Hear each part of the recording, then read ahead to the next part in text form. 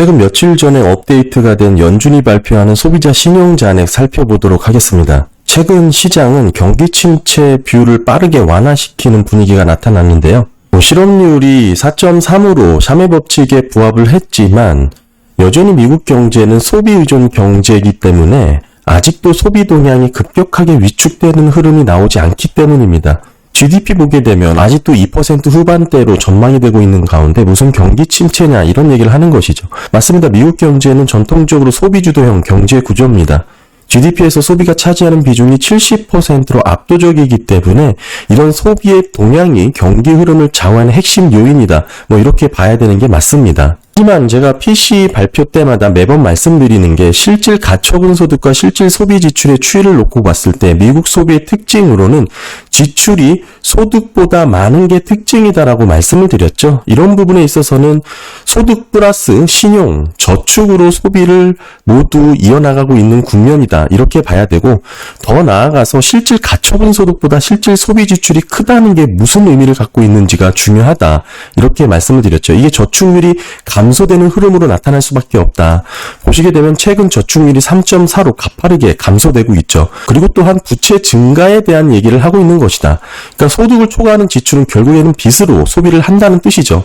이게 가계부채 증가로 이어질 텐데 오늘은 이런 측면에 있어서 연준이 집계하는 소비자 신용 잔액, 특히 리볼빙 측면에서 어떤 변화를 가져왔는지를 한번 살펴보려고 하고요. 중요하게 살펴봐야 될 부분은 지금 현재 미국 경제를 떠받치고 있는 이 소비라는 구조는 저축 플러스 고용, 임금이 되겠죠. 그리고 자산 가격의 상승, 여기엔 부동산 플러스 주식도 포함이 될 겁니다. 그리고 이제 부채, 신용 부분이 있는데 이 네 가지 항목 모두가 최대치까지 끌어올린 상황에서의 미국 소비가 이어져 왔다. 이게 중요한 것이죠. 이 네 개 중 하나라도 삐그덕거리면 소비 둔화, 위축으로의 급격한 악화는 불보듯 뻔하다. 이렇게 말씀을 드리고 있습니다. 이미 초과저축은 소진이 되었고요. 따라서 특히 이제 저소득층에서 더 빠르게 감소를 한 측면이 있습니다. 고용, 이제 우리가 실업률이 높아지면서 임금 상승이 둔화되는 모습들, 결국에는 가처분 소득 감소로 이어질 수밖에 없다라는 거 알 수 있겠죠.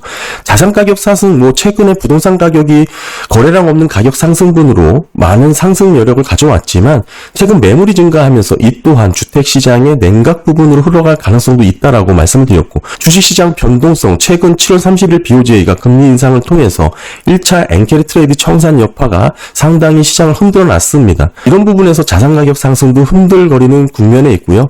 오늘 살펴보게 될 부채 신용 측면, 결국 대출 조건이 나빠졌습니다만 여기에 플러스 실제 대출 수요에 대한 부분도 엿볼 수가 있는 부분이라 이런 부분에서의 대출 비용이 증가, 신용카드 연체율 상승 추세는 소비 위축으로 이어질 가능성이 높다. 한마디로 미국 소비를 지탱하는 구조 네 가지 모두가 삐그덕거리고 있는 상황이다. 이렇게 보셔야 되고 오늘 이 중점적으로 이 부채 신용단에서의 즉 한마디로 최근 소비자 신용 잔액의 추이를 한번 살펴보겠습니다. 이 탑라인 헤드라인 보시게 되면 전월 대비 대략 90억 달러 증가를 했습니다.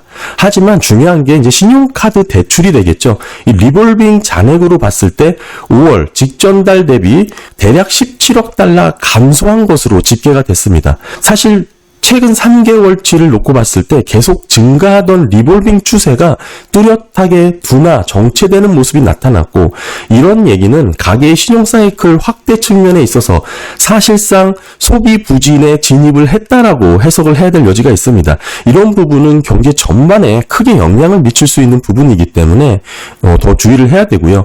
특별히 소비자 신용 잔액의 집계 방식은 면목 기준이죠. 우리가 물가를 제외해놓고 실질 신용 잔액 추세로 놓고 봤을 때는 이게 더 뚜렷하게 감소될 것이다. 이렇게 해석을 할 수가 있고요. 이런 소비자 신용잔액 YOY 변화를 보시게 되면 이 파란색인데요. 좀 장기 시계열로 보게 되면 뚜렷한 추이를 우리가 확인해 볼 수가 있습니다. 한마디로 기준금리와의 상관관계인데 고금리 상황에서의 소비자 신용잔액 증가율은 감소하는 게 매번 뚜렷하게 반복이 됐죠. 너무나 당연한 얘기죠. 기준금리, 금리가 높은 상황에서 소비자 신용잔액이 늘어날 여지가 전혀 없습니다. 이번에도 마찬가지로 끝단 보시게 되면 고금리가 유지되는 가운데 소비자 신용잔액은 줄어들 수밖에 없고요. 그리고 덧붙여서 경기가 저점을 다지고 회복하는 국면에서 소비자 신용잔액의 뚜렷한 증가 추이가 발생했다는 것을 이 그래프를 통해서 매번 반복적으로 확인할 수가 있습니다. 지금 현재 모습은 어떠냐? 미국 경제 구조는 지금 소득과 저축으로 소비를 지탱하기 어려운 상황이다. 여기에 플러스 알파, 소비자 신용, 빚, 신용카드가 뒷받침되지 않으면 지금까지 이어오던 소비가 유지되기 어려운 상황에 처했다. 그런데 이 소비자 신용 잔액 자체가 줄어들고 있는 패턴이 나오고 있다. 이거를 확인할 수가 있고요. 더불어서 경기 저점을 돌아선 회복 모멘텀이 작용됐냐라고 봤을 때는 그런 모습이 전혀 나오고 있지 않죠. 소비자 신용 잔액의 뚜렷한 감소 추세가 이어지고 있는 그런 상황을 다시 한번 확인해 볼 수가 있고요.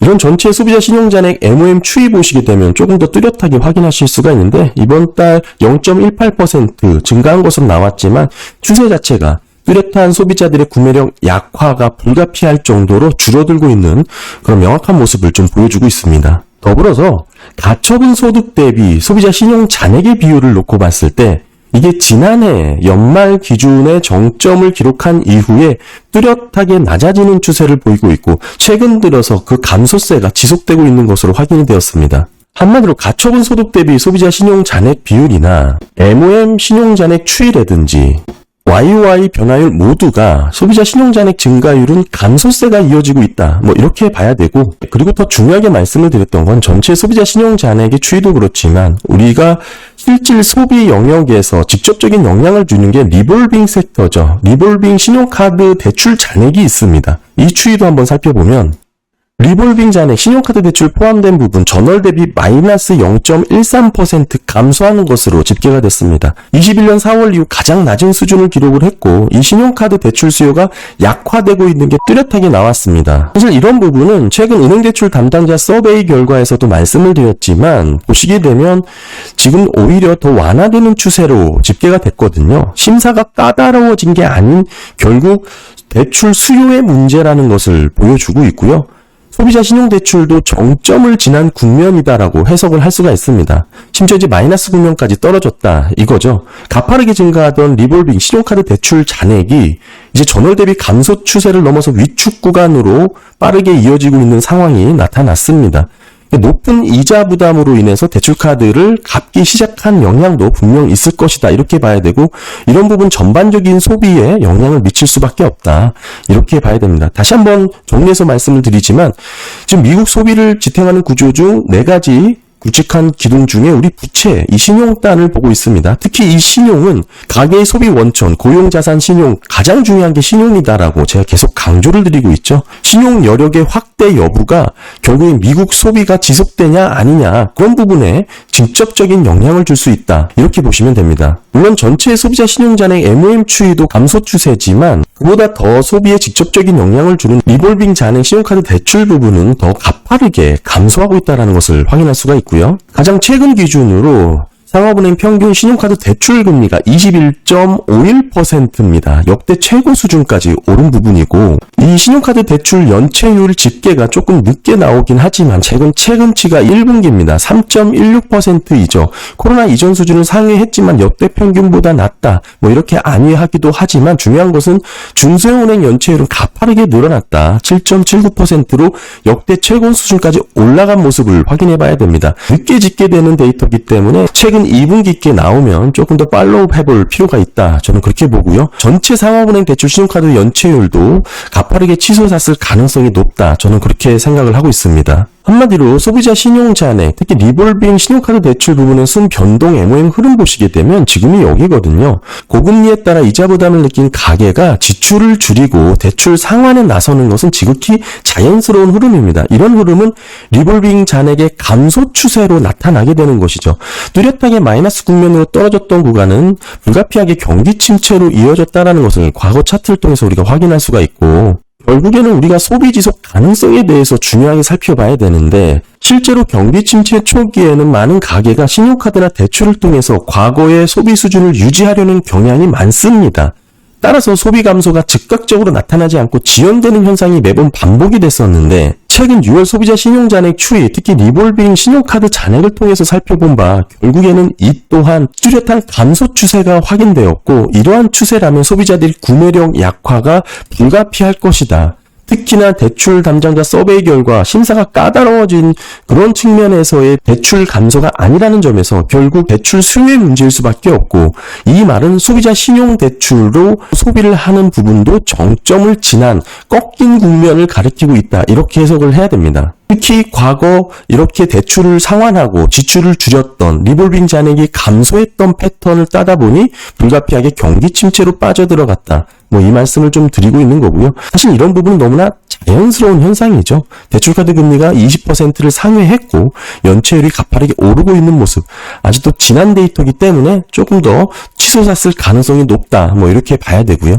결국 미국 경기를 떠받치는 이 소비가 4개의 축으로 이루어졌는데, 저축 소진됐고, 고용 불안하고, 자산 가격 흔들리고 있고, 부채는 둔화 위축 감소 추세가 나타나고 있다, 뭐 이렇게 정리를 하면 좋을 것 같습니다. 네, 오늘 최근 소비자 신용 잔액 살펴봤습니다.